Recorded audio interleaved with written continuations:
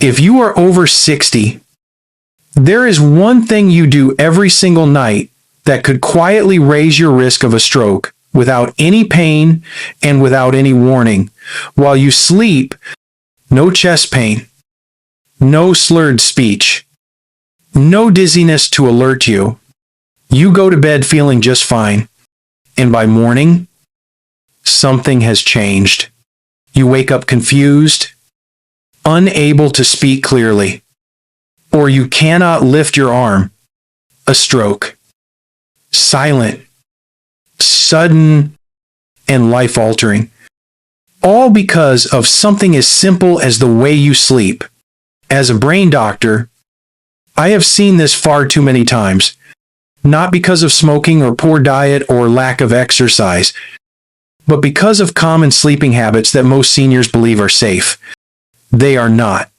Today, I am going to walk you through 9 dangerous sleeping positions and nighttime routines that may be increasing your risk of stroke. Brain bleeds, or blood pressure spikes, especially in the quiet hours when your brain is most vulnerable. If you or someone you love is over 60, this video could save a life. Maybe even yours. So do not look away.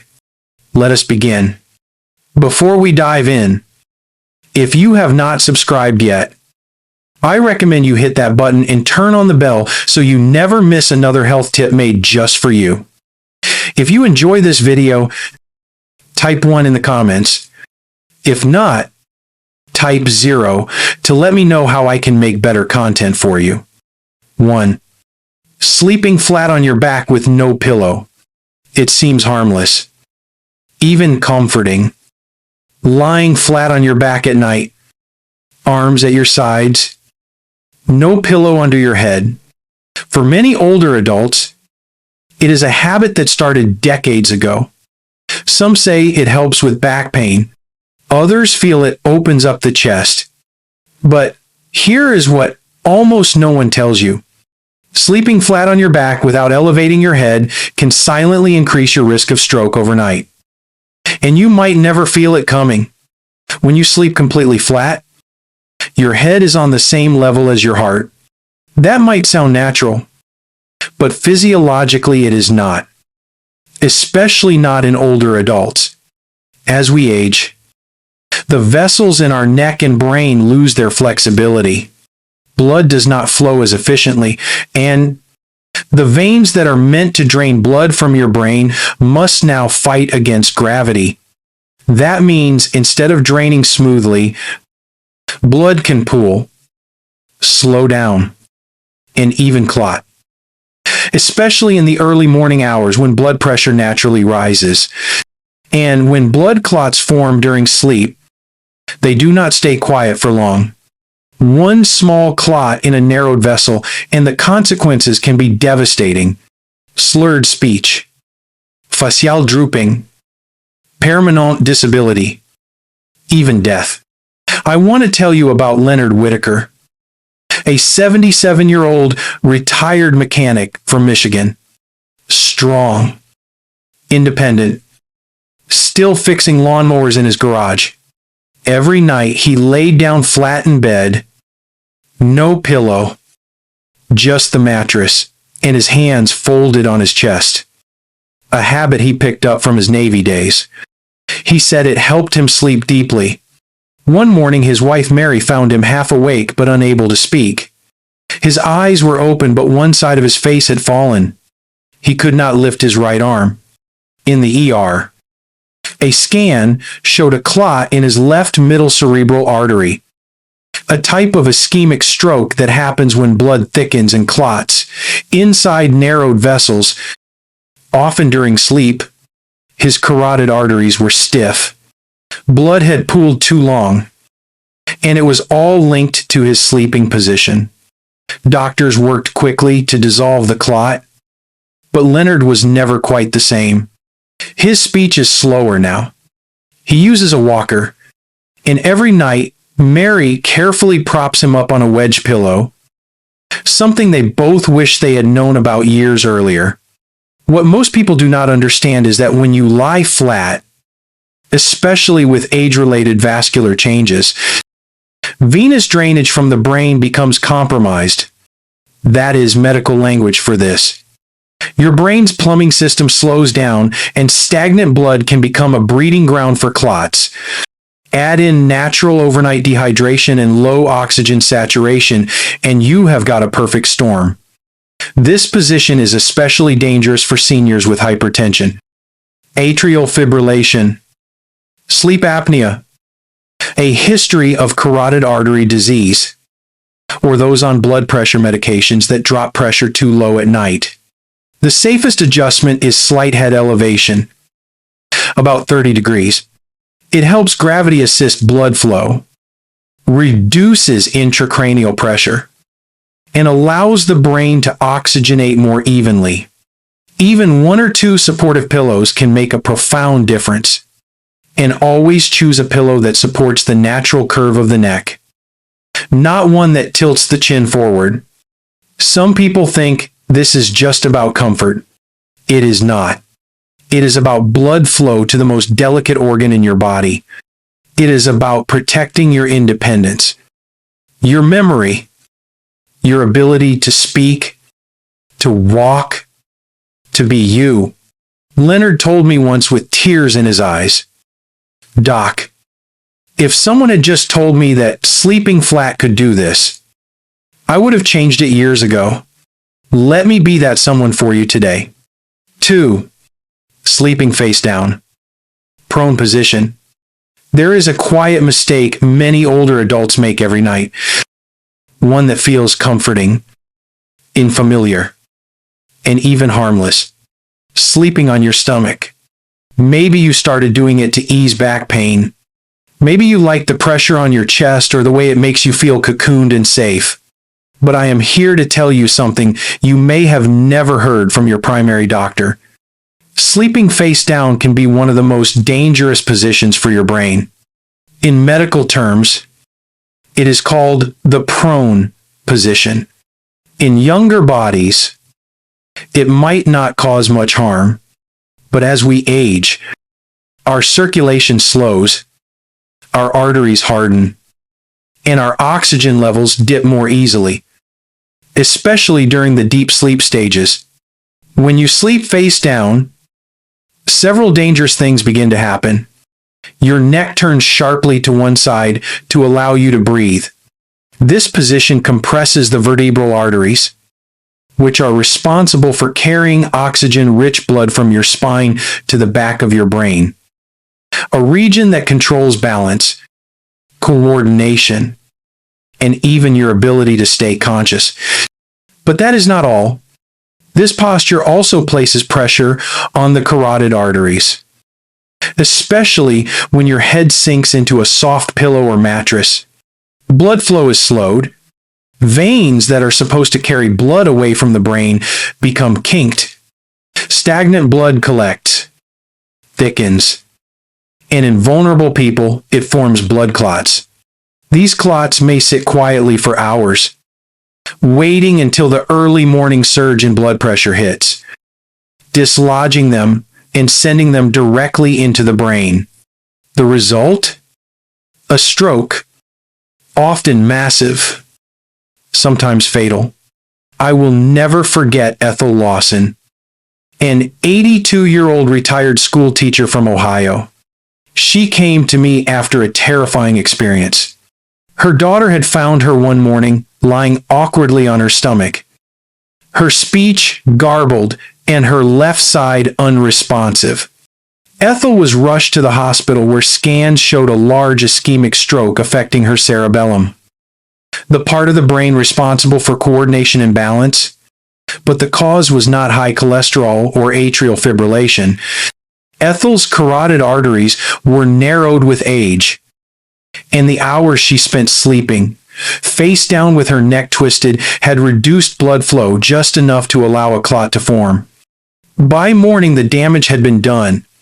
Ethel survived, but she no longer drives. She struggles to walk without a walker, and she tells me every time we meet, "I had no idea something as simple as how I slept could nearly take my life." 3.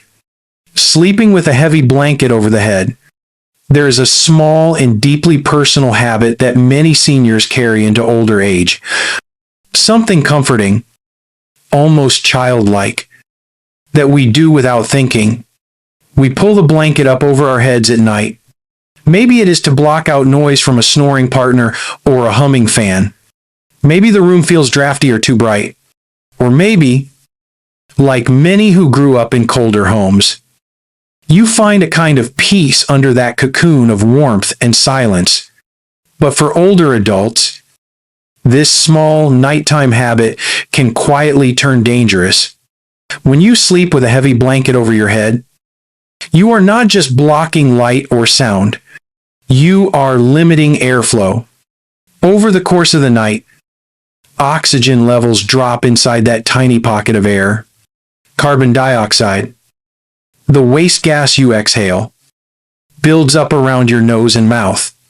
Decades ago, your body may have tolerated that recycled air. After 60, the brain does not bounce back the same way. Low oxygen and rising carbon dioxide during sleep encourage blood to become more viscous. In vulnerable brains, thicker blood sets the stage for tiny clots to form. I remember Richard, an 81-year-old retired postmaster who loved the quiet darkness of a quilt pulled high over his head. One winter morning, his wife could not wake him fully. He opened his eyes but could not focus or follow simple commands. In the emergency department, his oxygen level was low. Imaging showed a small ischemic stroke. There was no new heart rhythm problem, no infection, no skipped medication. The pattern fit nocturnal hypoxia and morning pressure surge. His habit of sleeping with covered airspace had quietly reduced oxygen for hours. Here is what the science tells us. During deep sleep, your brain requires a steady flow of oxygen to fuel cellular repair and to clear metabolic byproducts. Rebreathing exhaled air lowers oxygen saturation and raises carbon dioxide. The heart responds with faster beats. Blood pressure swings up and down. Fragile vessels face mechanical stress. Coupled with age-related dehydration, these changes can promote clot formation in slow-moving venous channels that drain the head and neck. Many seniors think this only applies to sleep apnea. It does not. Any environment that reduces oxygen and increases carbon dioxide can contribute. Heavy bedding, tight quilts around the face, thick scarves during naps, or sleeping under a hooded jacket, all restrict air circulation. The safer alternative is simple. Keep the room comfortably warm. Choose breathable bedding made of cotton or bamboo. Use a soft eye mask for light and gentle earplugs for sound. Rather than burying your face to block stimulation, keep the blanket at shoulder level, not over the mouth and nose. Place a glass of water at the bedside and take a few slow breaths through the nose before sleeping. These are small changes, but they protect the most oxygen-hungry organ you possess. Richard now sleeps with a wedge pillow and a lightweight blanket folded below his shoulders. He said to me, with quiet relief, that he never realized something that felt safe could be so risky. If this surprised you, wait until you hear what happens when you leave the bed behind for a recliner chair. Since that cozy angle can quietly turn your legs into a reservoir for clots while your brain sleeps unprotected. 4. Sleeping upright in a recliner. For many older adults, pain and stiffness make the bed feel unforgiving. Hips ache, shoulders throb, reflux, burns, and breathing feels easier with the chest lifted. So, the recliner becomes the solution. The television hums softly, a blanket rests across the knees, and the chair is tilted to a semi-upright angle. Sleep arrives quickly. It feels secure, yet what feels safe can sometimes be quietly dangerous, especially for the circulation your brain depends on during the night. The human body evolved to rest flat, with blood and oxygen distributed evenly, in a semi-upright chair. Gravity pulls blood down into the lower body. Veins behind the knees and in the groin bend, narrow, and can become compressed by the seat edge. The legs and feet swell. Blood flow slows. In younger bodies, valves inside veins help push blood upward despite gravity. With age, those valves weaken. Blood pools. When blood lingers in the lower limbs and the body is dehydrated from evening hours, small clots can form in deep veins. While many deep vein clots remain in the legs, some small fragments can travel. If they pass through a cardiac shunt or lodge in cerebral vessels, a stroke can follow. I think of Barbara, a 79-year-old retired florist who slept in her recliner after hip surgery. The plan was temporary. Months turned into years. Her ankles were often swollen in the morning, and she felt lightheaded when standing. One dawn she woke unable to move her left hand. Imaging revealed a tiny deep stroke. She had no atrial fibrillation, no new plaque rupture. What she did have was chronic venous pooling, nocturnal dehydration, and pressure-related instability of blood pressure. Here is the physiology that matters. In a chair, your baroflex, the pressure-sensing system that balances blood pressure between head and feet, works harder and less effectively. Your brain at night relies on stable perfusion pressure to keep tiny vessels open. When you sleep upright, head pressure can drop. If you also cross your ankles or tuck your legs under the seat, venous return worsens. That combination invites sluggish flow below and low flow above. Safer habits exist. If you must sleep elevated for reflux or breathing, use an adjustable bed or a firm wedge that elevates the torso while keeping the pelvis and knees extended. Place a small cushion under the calves, not behind the knees. To avoid compressing venous channels, wear loose socks, not tight elastic bands. Hydrate in the evening, but finish drinks early enough to avoid repeated bathroom trips. Before sleep, perform gentle calf pumps and ankle circles to prime venous return. In the morning, flex the feet several times before standing. Barbara now rests in a bed with her head slightly raised and a body pillow supporting her hip. She tells me she feels clearer on waking and the ankle swelling has faded. Comfort matters, but so does physiology. Your brain will thank you for choosing a position that shares blood evenly. And if you think a recliner is risky, consider the position many people love most. The familiar side. Sleep with an arm under the pillow, which can press on the very highways that carry blood to your brain. 5. Sleeping on the right side with the arm under the pillow. Millions of people drift off on the right side, the head nestled into a soft pillow, one arm tucked beneath for support. It feels steady and familiar. For older adults, it can be the position that quiets shoulder tension and eases hip discomfort. Yet this habit can compress critical vessels in the neck and shoulder, the very channels your brain relies on for steady blood flow through the night. When you lie on the right side with the arm wedged under the head, your shoulder girdle bears weight. The clavicle and first rib can push downward, narrowing the space where the subclavian artery and vein travel.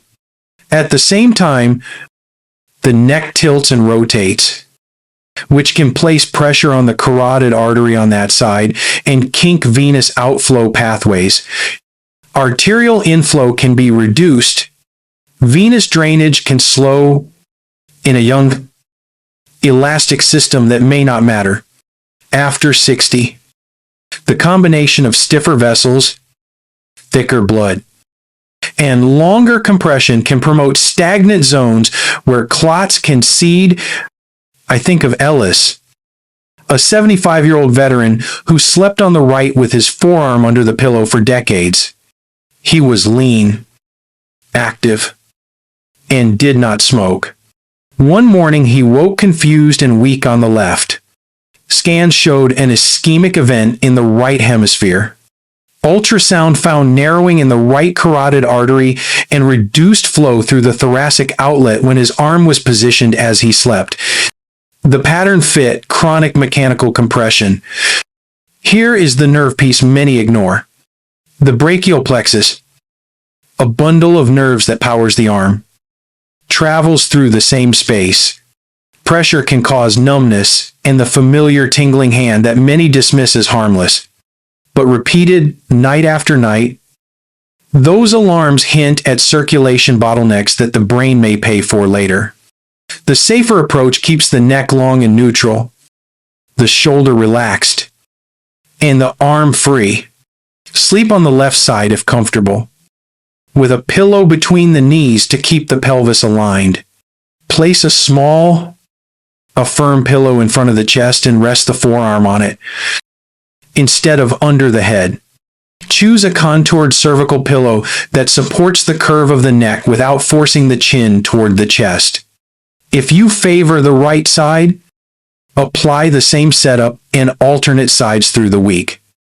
Before bed, perform gentle neck rotations within a small, comfortable range and shoulder blade squeezes to open the thoracic outlet. Hydrate. Then pause fluids 1 to 2 hours before sleep. These small adjustments can keep arteries open and veins draining. Ellis now uses a supportive pillow and rests his arms forward. He says he wakes with clear hands and a clear head. If you have ever felt your hand go numb under your pillow at night, consider that your body is sending a signal. Listen to it. And if restlessness keeps you moving all night, your brain may be asking for help in another way. Since constant tossing interrupts the pressure balance, your vessels need to stay safe. 6. Frequent tossing and turning.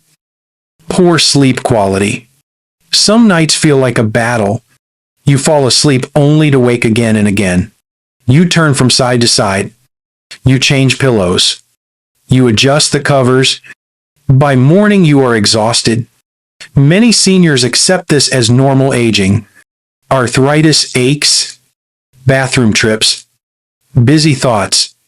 Yet frequent movement can be both a symptom and a trigger of vascular strain. Every time you roll sharply, the head and neck position changes. Arterial inflow and venous outflow shift. In a resilient system, autoregulation keeps brain perfusion steady. In older adults, that buffering is weaker. Repeated micro drops in flow accumulate. If dehydration, sleep-disordered breathing, or evening caffeine join the picture, the risk rises. I cared for Nancy, a 76-year-old piano teacher whose husband described her as a constant nighttime fidget. She believed she slept 7 hours, yet woke unrefreshed with morning headaches. A sleep study documented fragmented sleep with frequent arousals. Vascular imaging suggested intermittent low perfusion in the posterior circulation. She later developed a small ischemic event that matched the pattern of unstable nocturnal blood flow. Here is why this matters. Deep sleep lowers blood pressure in a controlled and restorative way. Fragmented sleep prevents that smooth dip and raises stress hormone levels. Cortisol remains elevated. Blood pressure surges unpredictably. The brain's glymphatic system, a fluid network that clears metabolic waste during sleep, functions best in steady, deep cycles. Disruption leaves inflammatory signals behind that irritate vessel linings over time. The combination of unstable pressure, residual inflammation, and slower flow can promote clot formation. Practical steps can transform this pattern. Create a wind-down routine free of screens for at least 1 hour before bed. Keep the room cool and dark. And use layered, breathable bedding rather than a single heavy quilt. Limit fluids in the last 2 hours, but hydrate earlier in the evening. Avoid late caffeine and alcohol. Since both fragment sleep, use a body pillow to cradle the shoulders and hips, which reduces the urge to toss. Try slow nasal breathing with a count of in for 4, hold for 4, out for 6. Repeated several cycles to settle the nervous system. If a partner reports snoring or pauses in breathing, ask your clinician about a sleep study. Since untreated sleep apnea magnifies nocturnal stroke risk, Nancy added a cervical pillow, practice relaxing breathwork, and shifted her last tea to earlier in the day. Her mornings grew clearer and the headaches faded. Rest is not only duration, it is quality and stability. When your sleep becomes calm and consistent, your vessels experience gentle cycles rather than pressure turbulence. Next, we must talk about a decision many consider trivial: the skipped pill at bedtime. Since a missed dose can remove the shield that protects your brain during the vulnerable hours before dawn. 7. Sleeping after skipping blood pressure or heart medication. For many seniors, taking daily medication becomes routine until the night you forget, or you feel good and decide to skip, or the bottle runs low and you plan to refill tomorrow. It feels harmless. One missed pill cannot matter that much, yet for blood pressure control, heart rhythm stability, and clot prevention, consistency is the protection. Nighttime is when that protection matters most. Blood pressure follows a circadian rhythm. In healthy sleep, it dips smoothly, then rises toward morning. In hypertension, diabetes, and vascular aging, that rhythm is distorted. Evening medication helps restore a safer pattern. When you skip a beta blocker, calcium channel blocker, angiotensin blocker, or anticoagulant, nocturnal pressure and clotting tendencies can surge. The hours between 2 and 6 in the morning carry the highest stroke incidence. Remove the shield during those hours and the brain faces risk without backup. Harold, a 72-year-old electrician, took a low-dose antihypertensive at night. One evening, he forgot while watching a game. He planned to take it the next morning. He never got the chance. He woke with facial droop and word-finding difficulty. Imaging showed an ischemic stroke. His labs and monitoring were otherwise stable. The likely trigger was an unchecked early morning pressure rise after the missed dose. Physiologically, this is straightforward. Without the evening medication, arterial tone increases. The vessel lining becomes more reactive. Platelets circulate in a state more inclined to clump. If a plaque is present, turbulence over that area can expose clotting surfaces. Combine that with mild dehydration, and you have all the ingredients for a small clot to form and travel during the pre-dawn hours. The answer is reliability made easy. Place a small pill organizer in plain sight near the bedside. Set a recurring reminder on a phone or a talking clock. Pair the pill with a cue you never skip, such as brushing teeth or plugging in the phone. Keep a spare weekly organizer in the kitchen to avoid running out. Ask your clinician whether your medicines are best taken in the evening or morning for your specific pattern. If you ever realize you missed a dose, call for guidance rather than guessing. Harold now uses a simple routine. He takes his pill as the kettle warms for evening tea. He told me that the tiny habit protects him. Protection in stroke prevention is almost always a chain of small decisions, repeated Now let us turn to the room itself, because temperature and neck support shape vessel diameter and blood flow. And a cold draft with a bent neck can conspire against the brain. 8. Sleeping in cold rooms without proper neck support. Cool bedrooms are calming, and most people sleep better in a slightly cool environment. The problem begins when cool becomes cold and the neck is not supported. Cold triggers vasoconstriction, the narrowing of blood vessels, which is a normal response meant to conserve heat in the neck, where the carotid and vertebral arteries carry blood to the brain. Excessive narrowing can reduce flow. If your pillow allows the chin to drift toward the chest or the head to tilt sharply, those vessels can also kink mechanically. Thermal narrowing plus mechanical kinking equals less perfusion. Loretta, a 78-year-old retired nurse, loved fresh night air.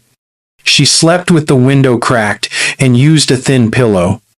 She often woke with a stiff neck, but she felt invigorated by the crisp room.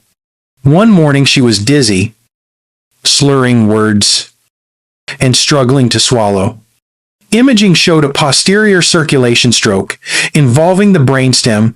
There was no arrhythmia and no new plaque rupture. Her pattern pointed to chronic vertebral artery compromise from neck position in a cold environment. With age, many of us develop cervical spondylosis, a common wear pattern in the neck spine. This reduces the space where arteries and veins pass. A soft pillow that collapses under the weight of the head can let the neck fold. Cold-induced constriction compounds that pinch. The fix respects comfort and physiology. Keep the room cool, not cold. Around 65 to 68 degrees Fahrenheit, which is about 18 to 20 degrees Celsius. Use a medium firm pillow that maintains the natural neck curve, keeping the ears aligned with the shoulders when viewed from the side. Avoid pillows so high that the chin is forced toward the chest or so flat that the head tips backward. If you sleep on the side, place a pillow between the knees to keep the spine aligned, which helps the neck stay neutral. If you sleep on the back, place a small roll under the neck rather than a tall pillow under the head. Consider a breathable duvet and light layers, so temperature can be adjusted without covering the face. Before bed, do 2 or 3 gentle chin nods and shoulder rolls to relax the scalene and suboccipital muscles that can pull the neck out of alignment. Loretta now uses a supportive pillow and keeps her window cracked only in mild weather. She reports steadier mornings and no more neck stiffness. Comfort is not the enemy. Poor alignment is. Finally, we must address a habit wrapped in tradition: the late heavy dinner and the nightcap. Since digestion and alcohol can quietly steal blood flow from your brain and change your vessel tone while you sleep. 9. Sleeping immediately after heavy drinking or a big meal.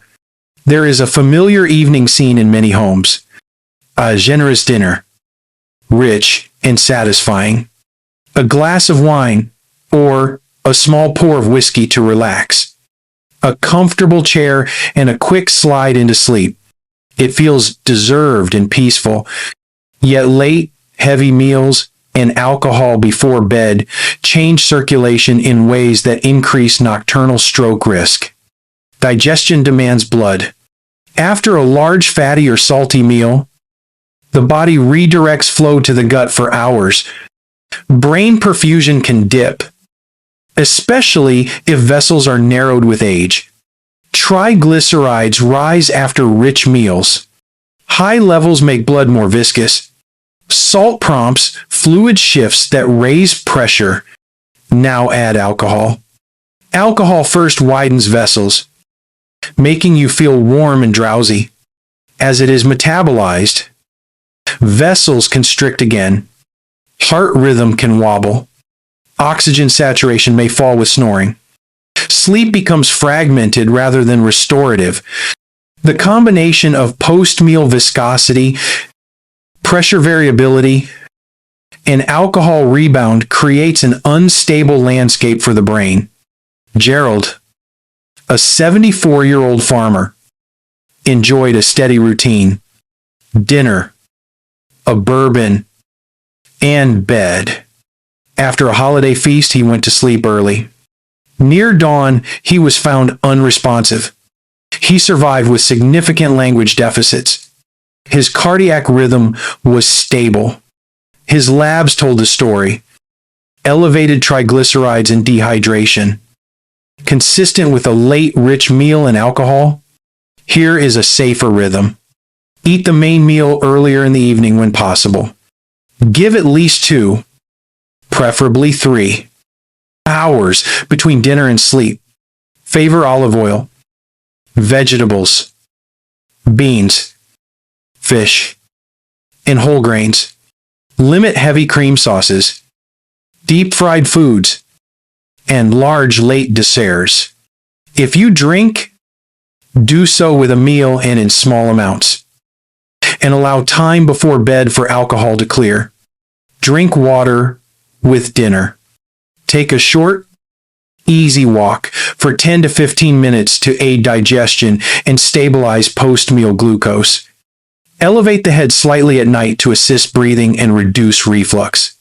These choices preserve brain perfusion and prevent the pressure swings that strain vessels. Gerald's wife now plans earlier dinners and keeps the nightcap for weekends at an earlier hour. She says the new routine gave them back calmer nights. The truth is simple. Your brain asks for steady fuel and steady flow while you sleep. What you choose in the evening either supports that stability or undermines it. Doctor's final words. Sleep is not just rest. Sleep is protection. During the night, your brain clears metabolic byproducts, restores chemical balance, and resets pressure systems that keep tiny vessels open. With age, the margin for error narrows. Positions and routines that once felt harmless can push physiology past a threshold. You have now seen how 9 common habits can raise risk. Sleeping flat with no pillow, sleeping face down, covering the head with heavy bedding, spending the night in a recliner, compressing neck and shoulder vessels with an arm under the pillow, tossing and turning that fragments deep sleep, skipping medications that stabilize pressure and rhythm, chilling the room while leaving the neck unsupported, going to bed right after alcohol or a heavy meal. None of these choices guarantee a stroke. Each of them increases the likelihood that pressure, oxygen, and flow will swing in the wrong direction at the wrong time. The hopeful truth is stronger. Most nocturnal strokes are preventable through small, consistent changes that favor stable perfusion. Elevate the head slightly. Keep the neck aligned. Choose breathable bedding and leave the face uncovered. If elevation is needed, use a wedge or adjustable bed rather than a chair. Free the arm from beneath the pillow. Use a body pillow to quiet restlessness. Take medications on schedule. Keep the room cool, not cold, and support the neck. Leave 2 to 3 hours after dinner before sleep and keep alcohol modest and early. Hydrate, but finish fluids with time to rest. Add a few slow nasal breaths before lights out to settle the nervous system. The brain remembers care. It rewards routine. You are not too old to change. You are not too late to protect your speech, your balance, your memory, and your independence. Tonight, when you settle into bed, ask one simple question. Is the way I am sleeping helping my brain or hurting it? Choose help. Choose protection. Share these lessons with someone you love. Because wise sleep is a gift we can give each other. If this guide helped you, type 1 in the comments. If not, type 0 and tell me how I can make the next one better. Like, share, and subscribe for more senior health tips made just for you. May your nights be calm, your mornings be clear, and your years ahead be strong.